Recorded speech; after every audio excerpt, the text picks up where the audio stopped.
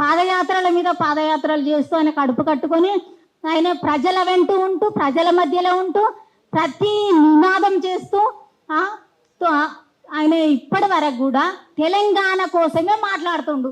న్యాయంగా మాట్లాడినోడు తెలంగాణలో ఉండకూడదా? న్యాయంగా మాట్లాడిన వాళ్ళు మరి ఏ పని చేయకూడదా? న్యాయంగా వాదించితే నీకేం నొప్పి అవుతుంది అసలు? పవన్ కళ్యాణ్ గారు నేను హెచ్చరిస్తాను, తెలంగాణ నా ప్రజల మీద నువ్వు కన్ను పెట్టినా, నువ్వు ఏ మాట మాట్లాడినా కూడా నీకు సరైన గుణపాఠం చెప్పాల్సి ఉంటుంది. మేము కుటుంబాల వాళ్ళమే ఉన్నాము. మరి ఈ సార్ ఒక్కరే ఉన్నారు అనుకోకు, పృథ్వీరాజ్ గారు సార్ వెనుక మేము అందరం ఉన్నాము. సార్ మాకు ఎంతగానో మా కుటుంబాలను ఆదుకున్నాడు. నువ్వెవరయ్యా సార్ని అనడానికి? మాకు సహకరించిన సార్ని అనడానికి నువ్వెవరు అసలు?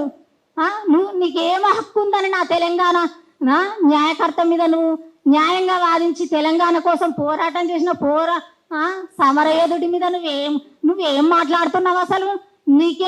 నీవు చిల్లర ఆటలు ఆడుతూ చిల్లర పాటలు పాడుతూ సంపాదించిన డబ్బుతో జనాల మీద గుప్పి నువ్వు ముఖ్యమంత్రి అయిన ఆంధ్రాలో.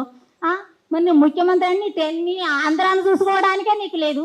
నా తెలంగాణలో అభివృద్ధిని చూస్తే నువ్వు ఆంధ్రాలో చేస్తున్నావు. నీ స్వతహాగా ఏం చేసినావు అక్కడ ఆంధ్రాలో? నా తెలంగాణ అభివృద్ధిని ఇక్కడ చేస్తున్న పనులను ప్రతి విషయంలో ఇక్కడ చూసే నువ్వు అక్కడ చేస్తున్నావు. నీ స్వతహాగా అక్కడ ఆంధ్రాలో ఏం చేసినావయ్యా? ఏం అభివృద్ధి చేసినావు?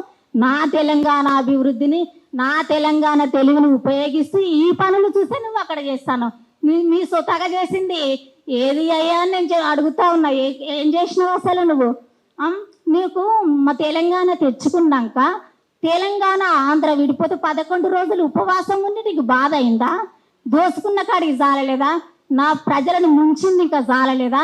ఇంకా మా ఊళ్ళో చనిపోతే తెలంగాణ సమాధుల మీద వారి శవాల మీద తెలంగాణ వచ్చింది. తెలంగాణ వచ్చిన న్యాయం జరుగుతలేదని మా తెలంగాణలో మేము మాట్లాడుకుంటుంటే నీకేమి ఇబ్బంది కలుగుతుందని నేను మాట్లాడుతూ ఉన్నా. ఈ పవన్ కళ్యాణ్ గారు ప్రతి ఒక్క విషయంలో, ఏ విషయంలోనైనా నా తెలంగాణలో ఏం జరిగినా నువ్వేం మాట్లాడడానికి నీకు హక్కు లేదని నేను మాట్లాడుతూ ఉన్నా. ఇప్పుడు చంద్రబాబు గారు కూడా, నువ్వు అధికారం కోసము సొంత మామనే చంపినోనివి, నువ్వు సీట్ ఎక్కినోనివి, నువ్వేం పెత్తనం చేస్తున్నావయ్యా? నువ్వేం మాట్లాడుతున్నావు? మీ ఇద్దరు కలిసి ఏం చేస్తున్నావు? ఎందుకు నా తెలంగాణలో చేసే ఈ అభివృద్ధిని చూసి మీరు చేసుకుంటారు. సరే చేసుకుంటారు, మరి నా తెలంగాణ ప్రజలను అనడానికి నీకేం అధికారం ఉన్నది? నువ్వెవడవని నేను అడుగుతా ఉన్నా. మీరు ఎవరు అసలు అడగడానికి? నా తెలంగాణ హైదరాబాద్లో అడుగు పెడితే మీ సంగతి చూస్తాం బిడ్డ. మేము చాలా మంది ఉన్నాం వెనకాల, పృథ్వీరాజ్ సార్ ఒకటే లేరు, మేము ఎంతో మంది ఉన్నాం ఇక్కడ. సార్ వెనకాల 1000 మంది, కోట్ల మంది ఉన్నాము. 20 కోట్లు తన సొంత ఆస్తులు అమ్ముకొని మా పేద ప్రజలను, మా కుటుంబాల వాళ్ళని ఆదుకున్నాడు. ఆయన నిలదడియడానికి నువ్వెవడవని నేను అడుగుతా ఉన్నా. జాగ్రత్త బిడ్డ, మరి నా చెప్పు దెబ్బల పాలవుతారు. మళ్ళా నా పృథ్వీరాజ్ సార్ మీదకి ఎవరు వచ్చినా కూడా నేను హెచ్చరిస్తా ఉన్నా ఈ సభాముఖంగా. ఢిల్లీకి పోయి సోనియా గాంధీ మీద పట్యాల కోట్ల కేసు వేసిన, ఇదిగో ఈ పేపర్ కటింగ్తో సహా ఉంది. ఢిల్లీకి పోయి పట్యాల కోట్ల సోనియా గాంధీ మీద కేసు వేసి నేను ప్రెస్ మీటింగ్లో చాలా వాదించిన. సోనియమ్మ, ఎంతమంది చనిపోతే మా తెలంగాణ ఇస్తావు? ఇంకా ఎంతమంది సమాధుల మీద తెలంగాణ ఇస్తావు? ఎంతమందిని నువ్వు ఆత్మహత్య వాళ్ళ కుటుంబాల వాళ్ళ గోసపుచ్చుకుంటావు? నువ్వు ఇంకెంతమంది ప్రాణాలు తీసుకోవాలో చెప్పు. నువ్వు ఇచ్చేదాకా మేము ఏ జైలు పాలైనా మేము ఇక్కడ చచ్చినా మంచిదే, నా భర్తతో సహా నేను ఇక్కడ చచ్చినా మంచిదే. నా భర్త కళ నెరవేరేదాకా, నా భర్త ఆశయం నెరవేరేదాకా నేను ఇక్కడికి పోనని నేను అక్కడ ప్రెస్ మీట్లో జరిగింది. అక్కడ ఇగో ఇది ఢిల్లీకి పోయిన పేపర్ కటింగ్స్ చూడండి. నేను నా భర్త చనిపోయినప్పటికీ తెలంగాణ ఆశయం కొరకు నా భర్త ఆశయం నెరవేరాలి, తన కళ నెరవేరాలి, నా పేద కుటుంబాల వాళ్ళకు న్యాయం జరగాలి, నా కుటుంబాలకు న్యాయం జరగాలి, మా కుటుంబాలకు ఒక గుర్తింపు వస్తే చాలు మాకు. మా తెలంగాణ వచ్చినందుకు మరి చదువుకున్న ప్రతి ఒక్క యవనస్తులకు నా తెలంగాణ బిడ్డలకు ఉద్యోగం వస్తుంది కావచ్చు అని నేను ఢిల్లీ దాకా వెళ్ళడం జరిగింది.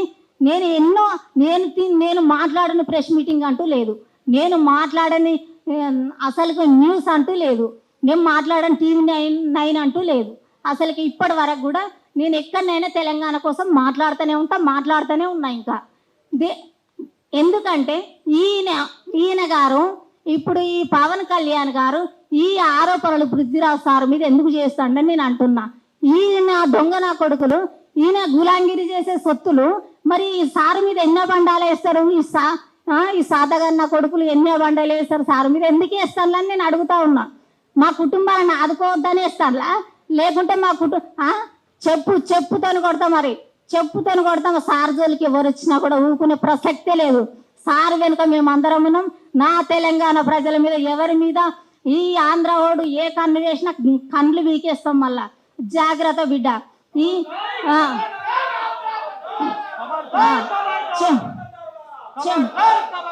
చెప్పుతోని కొట్టడం జరుగుతుంది, ఖచ్చితంగా చెప్పుతోని కొట్టడం జరుగుతుంది.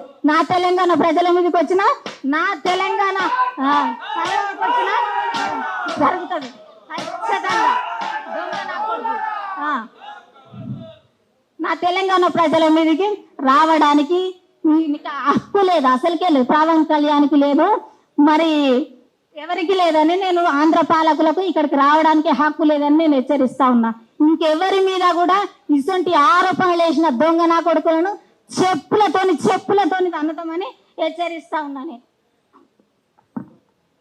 ఇగో ఈ దొంగ నా కొడుకును చెప్పుతోని ఖచ్చితంగా తన్నడం జరుగుతుంది.